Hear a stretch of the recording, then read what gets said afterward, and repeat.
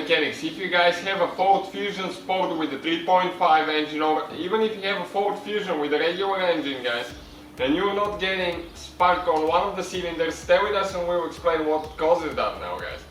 Even if you replace the ignition coil, spark plug, and you still don't get any spark on that cylinder, guys, there is a simple solution to your problem. Now, not as simple, but at least we found what's wrong with those. So let me explain it now. We put that same engine, okay?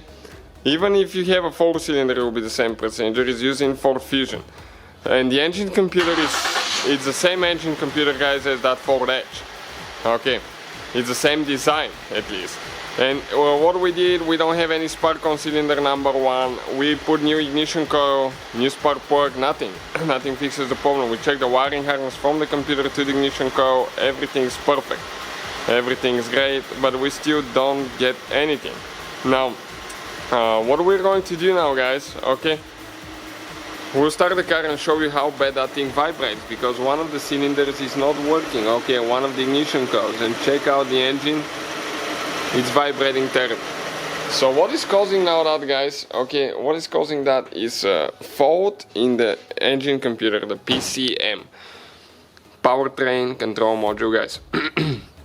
Excuse me. So that computer now, guys, okay, this is the computer.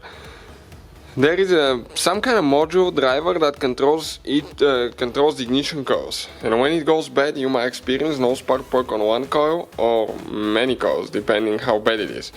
We found a guy that claims he fixes them online. We're going to remove ours. We have that one sent to him, see if he can repair it, and that way, okay, we can still use our computer. We don't have to install a new computer, have it programmed, program the keys and all that stuff. Really complicated procedure. So stay with us, guys, and see if that will heal our problem now.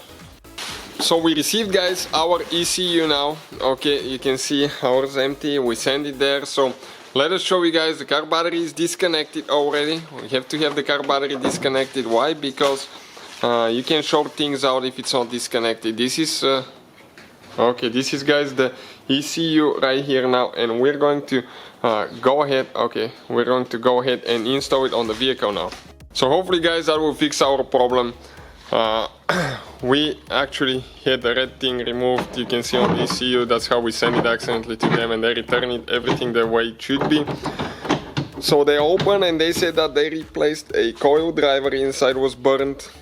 According to them, guys, what they said, most of the times that could be fixed. They can easily fix that depending on how bad it's burned to the board.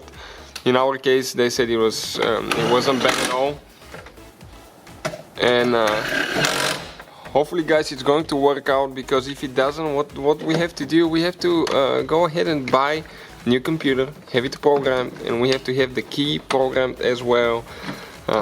That could be something really expensive. So we'll connect our car battery now, guys, and we'll go ahead, start the car and see how it runs. Let's hope everything's fine.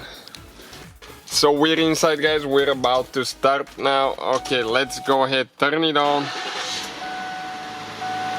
Okay, it started right up. No engine light on, guys, no engine light on. Listen now, I rev it up, it sounds amazing. Okay, so that's a huge relief right there.